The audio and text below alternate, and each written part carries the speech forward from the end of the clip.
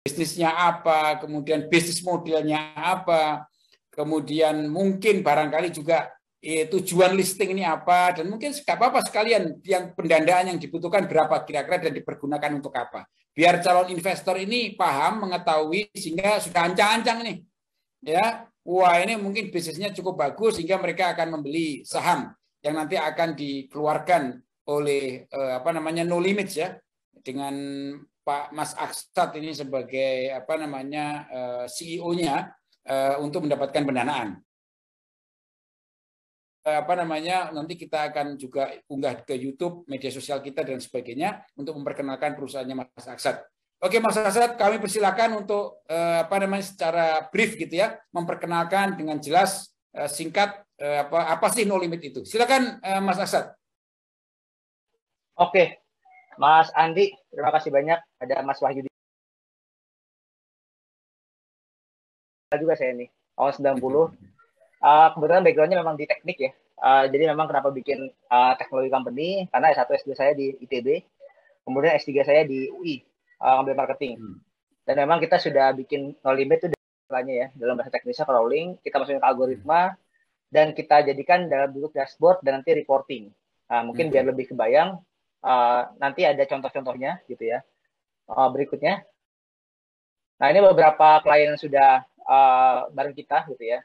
Beberapa juga ada perusahaan TBK gitu ya, kayak Merdeka, mungkin tikernya MDKA, kemudian ada Jasa Marga, ada bank-bank juga, gudang garam, terus telco segala macam. Jadi basically sih kalau kita ngomong sosial media kan memang sekarang itu semua orang sudah di sosial media gitu ya. Jadi memang ketika mereka butuh reputasi, mereka butuh publikasi, marketing segala macam, ya mereka lewat sosial media, dan kita ada di situ. Nah, mungkin boleh next dulu ya. Ini kira-kira contohnya ya.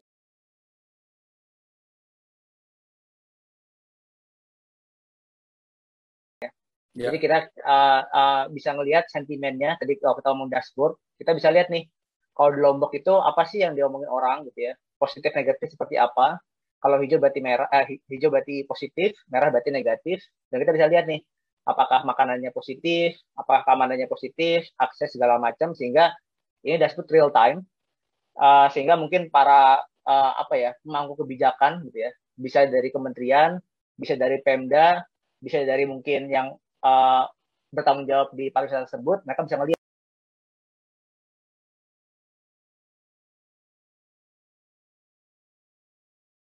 kira-kira kita tuh punya feedback seperti apa gitu ya, apa yang positif, apa yang negatif.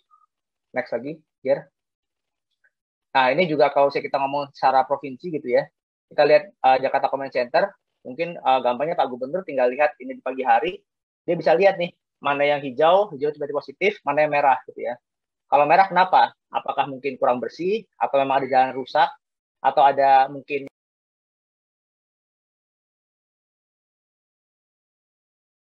bencana alam aja, kadang-kadang mungkin tsunami-nya itu masih jauh, tapi kicauannya udah ada di sosial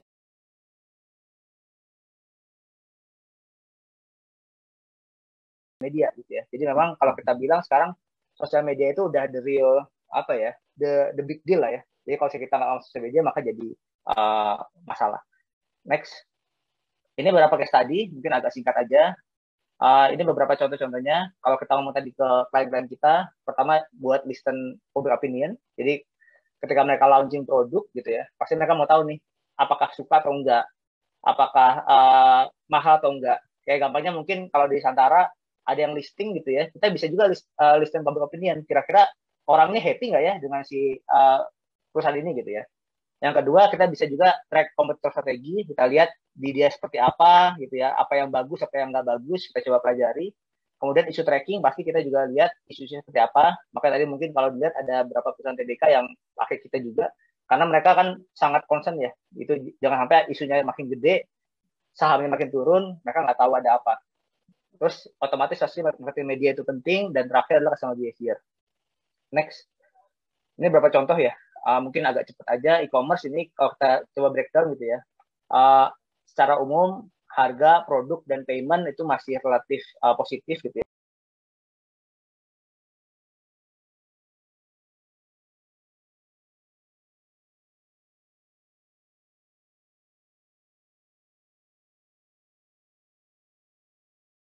aktifan audiens tuh di hari apa sih, di jam berapa sih.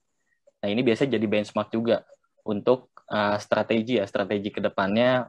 Bagusnya nih kalau mau bikin promo aktivasi di hari apa atau di jam berapa. Karena ini kita ngambil data dari semua e-commerce, jadi kita bisa konklusikan ini adalah data industrinya gitu.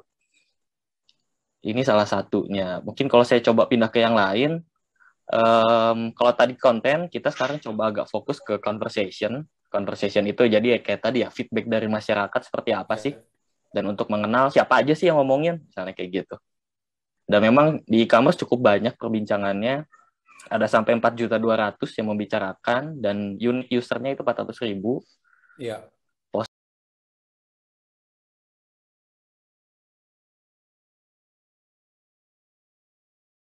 Positif talk 3 juta sekian, dan negatifnya itu ada 5.000 sekian.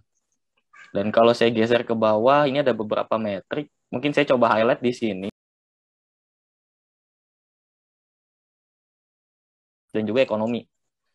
Dan kalau location, ini ternyata banyak di Tangerang, Jogja, Bandung, Bekasi, dan Banjar. Bahkan ini mengalahkan Jakarta sekalipun gitu. Untuk keaktifan orang ngobrol tentang e-commerce ataupun belanja online gitu. Ini khusus e-commerce sama belanja online ya? Ya, betul Mas. Ini case study-nya khusus Case untuk study-nya ya. e-commerce. Oke. Nah, ini ada beberapa lagi sebetulnya di bawah, tapi saya coba ini mempersingkat waktu. Di kita pun bisa nanti nge-compare, Mas. Jadi, selain tadi secara industri, nah sekarang kita compare nih per brandnya. Ini ada 5 brand di sini, Shopee, Tokopedia, Blibli, Bukalapak, dan Lazada. Iya. Jadi semakin tinggi, itu semakin populer, banyak dibicarakan, yaitu ini Shopee. Semakin bawah kurang populer, semakin kiri negatif, which is sebetulnya di sini masih mayoritas positif. Iya. Nah, semakin kanan positif itu.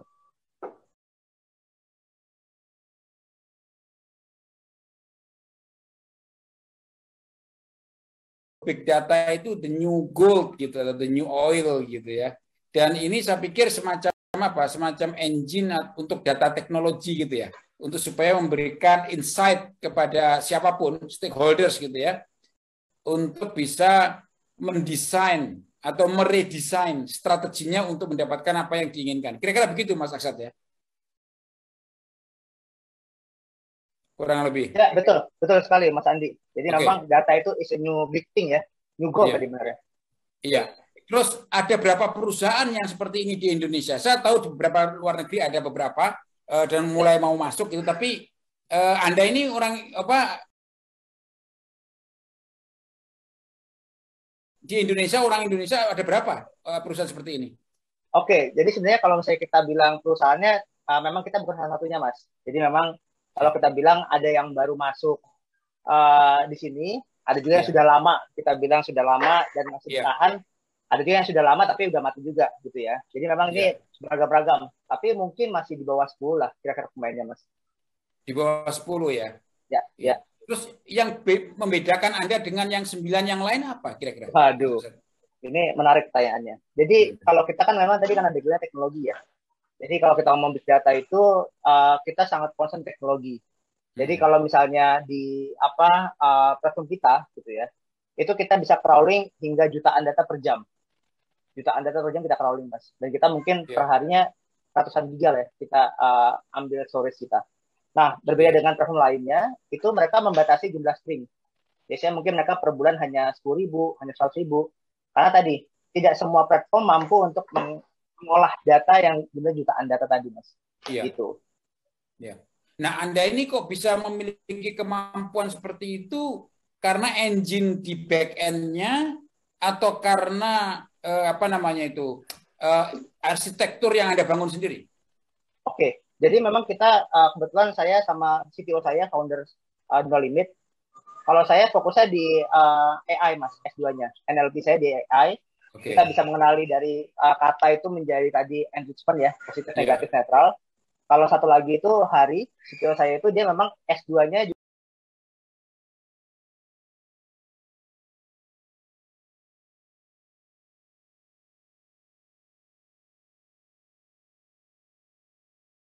juga big data, dia tesisnya terkait si data arsitektur. Jadi memang kalau bisa dibilang kita membuat dari awal Mas.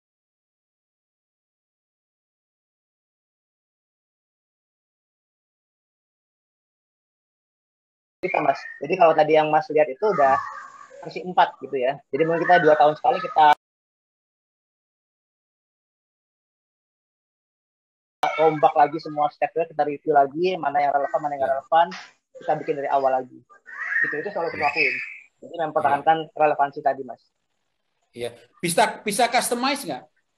Bisa. Beberapa tadi kayak tadi yang kita lihat waktu yang buat Menpar, buat Pemprov DKI itu memang kita customize khusus buat mereka, kita bikin comment centernya, jadi mereka bisa lihat lebih spesifik ya. Kalau tadi kan mungkin yang kasih lihat diri itu kan general. Nah, kita ada beberapa custom project itu memang lebih spesifik purpose ya. Iya.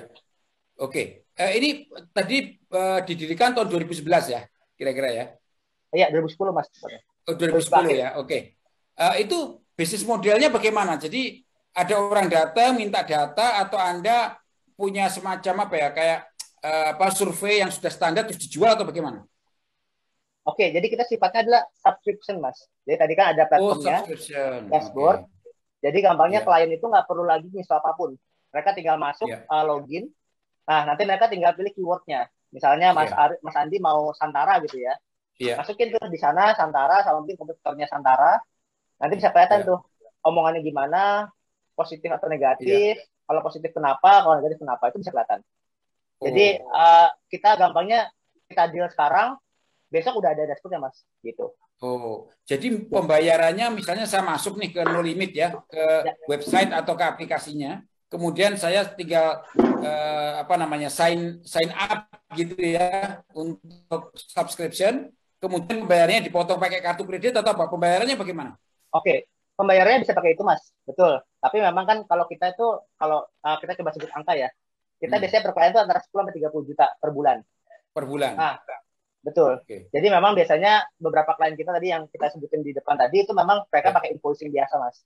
Invoicing biasa, kita bayar per bulan segala macam itu bisa.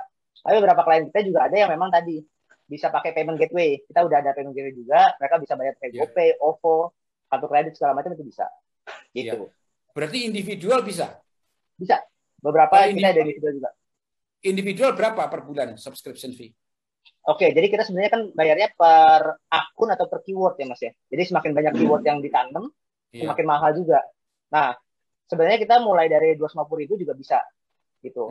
Kalau mereka nggak banyak yang di monitor ya, gitu. Iya. Jadi tergantung inquiry-nya lah ya. Makin banyak inquiry-nya, makin mahal lah gitu kira-kira ya. Kita bilang bisnis kepo Mas. Makin kepo makin mahal. Iya. Bisnis kepo. Oke, sebelum saya serahkan ke Mas Maulana ini, calon investor dan mungkin juga sudah diinvest di beberapa tempat. Satu pertanyaan lagi, Mas Asad. Kenapa sih Anda harus listing? Kenapa enggak? Ini sementara bootstrapping dulu atau gimana sekarang ini? Oke, jadi sekarang memang kita bootstrapping, Mas. Gitu ya, bootstrapping. Dan kita memang ada beberapa rencana lah ya, rencana pengembangan.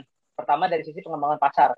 Tadi mungkin sesuai dengan namanya mendunia ya. Kita memang mau coba justru mau dari Indonesia kita mau ekspor nih, mau keluar. Jadi kita mau gempur negara luar nih ya dengan dashboard yang kita punya. Yang kedua otomatis pasti kita juga ngembangin produk gitu ya, ngembangin produk segala macam, tentu butuh banyak engineer segala macam. Kenapa listing? Sebenarnya kalau kita open ya, maksudnya kita open, kita memang rencana akhirnya kita mau coba ke IPO ya Mas ya.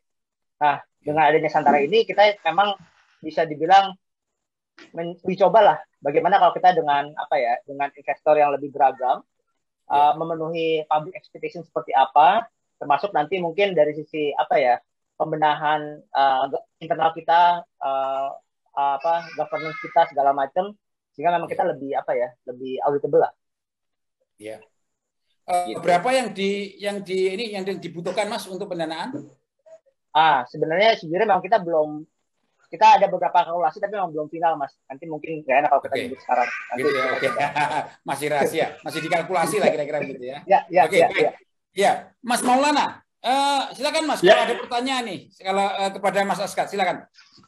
Ya, selamat malam untuk Mas Askat. Ini saya rasa perusahaannya emang riset ya, lebih ke riset dan big data. Saya mau tanya, untuk sejauh ini peralatan apa namanya tempat produksi yang ada gitu kayak storage atau server segala macam sudah seberapa besar, dan mungkin apabila listing di Santara apa aja yang perlu ditambah? Mungkin Oke. itu dulu sih. Jadi sebenarnya kalau kita production semua di Bandung ya, developer kita di Bandung segala macam. Tapi memang CTO kita dia karena juga sebenarnya gara-gara pandemi juga ya, jadi WFH lah ya, jadi remote. Banyak developer kita remote, tapi emang base camp kita di Bandung. Nah, kalau server kita memang nggak di Indonesia, Mas. Server itu kita di luar, gitu ya. Ada beberapa di Asia, di Amerika, di Europe. Kenapa gitu? Karena memang koneksi lah ya. Karena koneksi itu koneksi internet, bukan koneksi macam-macam. Koneksi internet itu memang kita lihat harus reliable. Karena kita 1 detik aja putus, itu ribuan data hilang. Jadi memang kenapa kita di luar? Karena dari sisi reliability lebih terjaga ya. Dan memang kan secara sosial media dia lebih dekat dengan luar ya. Karena kan servernya Twitter, Facebook itu kan di luar. Kemudian tadi kalau saya ditanya nanti kalau saya pengembangan itu kemana, otomatis pasti pengembangan server ya. Kita akan nambah server lagi segala macam, karena dengan bertambahnya klien, otomatis kan datanya yang diambil lebih banyak lagi. Otomatis juga server kita butuh lebih banyak lagi. Gitu kira-kira, Mas. Oke, Mas. Untuk ini aplikasi No Limit itu berbentuk apps, ada di mobile apps atau masih di website, Mas? Kita di website, Mas. Website ya? Kalau untuk perorangan kan mungkin agak susah ya buka website ya. Kalau untuk di mobile kira-kira kedepannya bisa nggak ya? Oke, jadi gini, sebenarnya kita cerita dikit ya. Tahun lalu itu sebenarnya kan memang kita dari 2010 sampai 2020 itu kita fokusnya di B2B. Itu kita ambil banyak enterprise segala macam. Dan memang waktu pas tahun lalu itu karena ada pandemi, kita agak sulit untuk meeting sebenarnya. That's why kita mulai fokus ke UKM. Nah, ternyata di UKM itu memang agak lebih sulit ya, behavior-nya agak beda. Karena mungkin mereka kurang aware dengan data segala macam. Nah, melihat itu memang kita, kenapa tadi kita bilang mau lebih launching keluar, karena kalau kita lihat justru malah yang lebih aware dengan data ini UKM luar gitu ya, UKM di luar, atau mungkin personal tapi di luar gitu ya, dibandingkan di dalam sendiri gitu ya. Nah, kedepannya memang apakah kita mau lebih retail, pasti gitu ya, pasti kita akan lebih retail. Tapi kita berjenjang, Mas. Jadi mungkin tadi dari sisi B2B, kemudian semi retail, kemudian ke retail gitu ya. Jadi nggak langsung ke retail ke personal. Jadi memang prototipnya kira-kira. Oke, baik. Terus saya mau tanya, seandainya saya menjadi klien, seberapa mudah saya mencari data yang saya mau gitu? Oke. Jadi sebenarnya karena kita kan prosesnya memang B2B ya. B2B itu kita memang biasanya ada satu analis dedicated. Jadi mereka didedikasikan untuk si klien itu. Mereka akan bantu untuk setup namanya objek, Mas. Kenapa kita butuh setup objek? Karena kalau kita tahu sosial media ini kan sangat beragam ya kata-katanya ya. Misalnya kita ngomong telekomunikasi gitu ya, Excel itu ada yang ngomongin buat telekomunikasi, ada yang buat baju, celana, segala macam ya. Tentu kan jadinya agak beda tuh. Jangan-jangan nanti pembicaraan Excel tuh gede gara-gara orang ngomong Tanah Abang gitu kan. Mereka mau beli baju yang XL di Tanah Abang gitu ya. Oh iya, benar. Gunanya si analis tadi itu buat melakukan setup objek agar mereka tuh lebih relevan apa yang diambil gitu ya. Tapi seberapa mudah, sebenarnya kita beberapa klien itu memang gampangnya deal sekarang, besok udah terima dashboard gitu ya. Jadi maksudnya nggak sulit gitu ya. Yang kedua, karena kita sifatnya adalah tadi mungkin B2B, kita memang ada managed service gitu ya. Gampangnya kan nggak semua orang tuh dengan dashboard. Nah, kita ada analis tadi bantu mereka untuk membuatin report. Jadi ada report mingguan, ada report bulanan, di mana nanti si klien bisa duduk manis, mereka dapat PPT-nya, PDF-nya, mereka bisa langsung present mungkin ke internal ya, bisa ke internal, bisa ke bos-bosnya segala macam. Jadi memang itu kita mudahkan juga. Jadi bisa mereka operate sendiri atau kita coba jalanin sehingga mereka bisa lebih mudah untuk pakai gitu, Mas. Oke, mungkin Pak Andi itu dulu sementara. Ya, Mas Maulana pertanyaannya cukup tajam-tajam. Iya. Memang harus begitu sebelum invest gitu. Kirain santai-santai, ternyata lumayan juga. Wah, itu santai Pak. Oh, santai.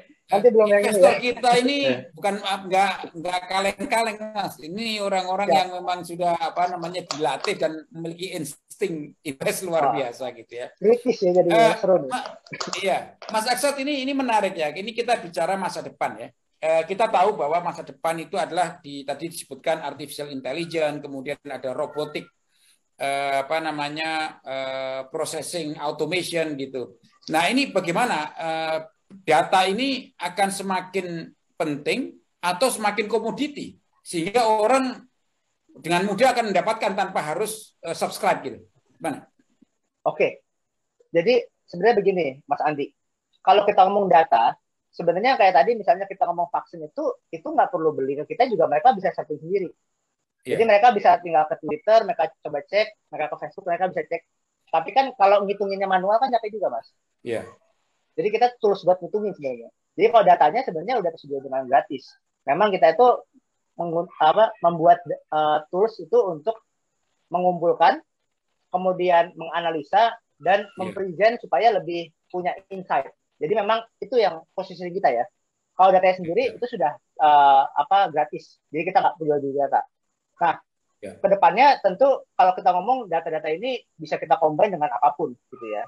Jadi misalnya kalau kita ngomong, gampangnya misalnya kita ngomong saham gitu ya, tiba-tiba sahamnya turun, tiba-tiba naik, itu sebenarnya kan pasti ada faktor non fundamental.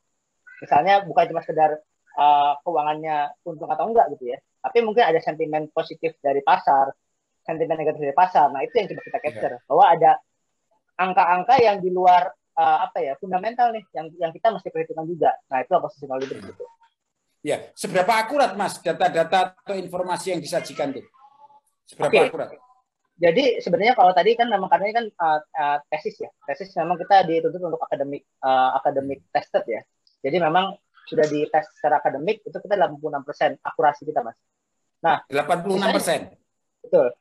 Sisanya memang kita akan terus jadi di tim kita juga ada tim namanya kita mau data validator ya.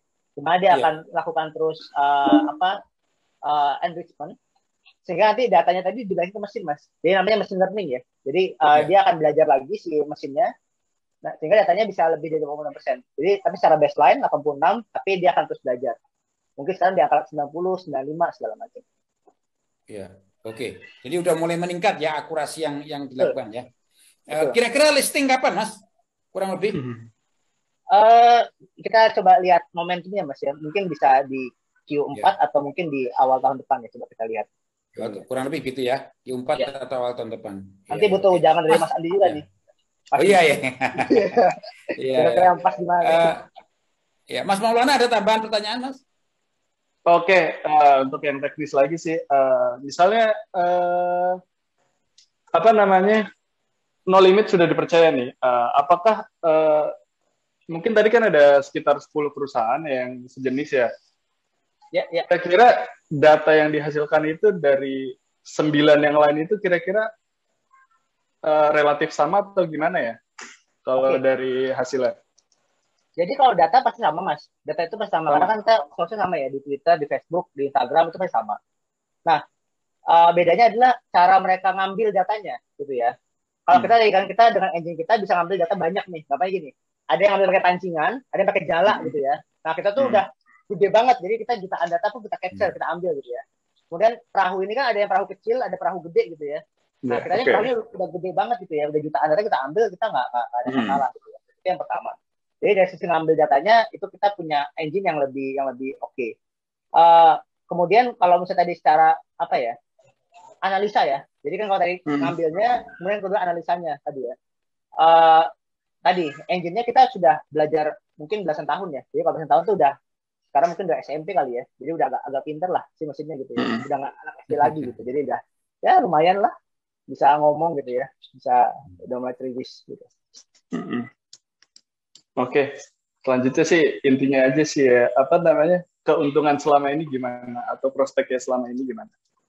Oke, tadi ya sebenarnya kita tuh gampangnya nambah klien itu kita nggak nambah cost sebenarnya, karena kalau kita lihat capacity server kita tuh masih di angka 15-25% gitu ya. Gampangnya kita 4 kali lipat klien kita pun masih aman lah si servernya gitu ya, jadi nggak ada masalah.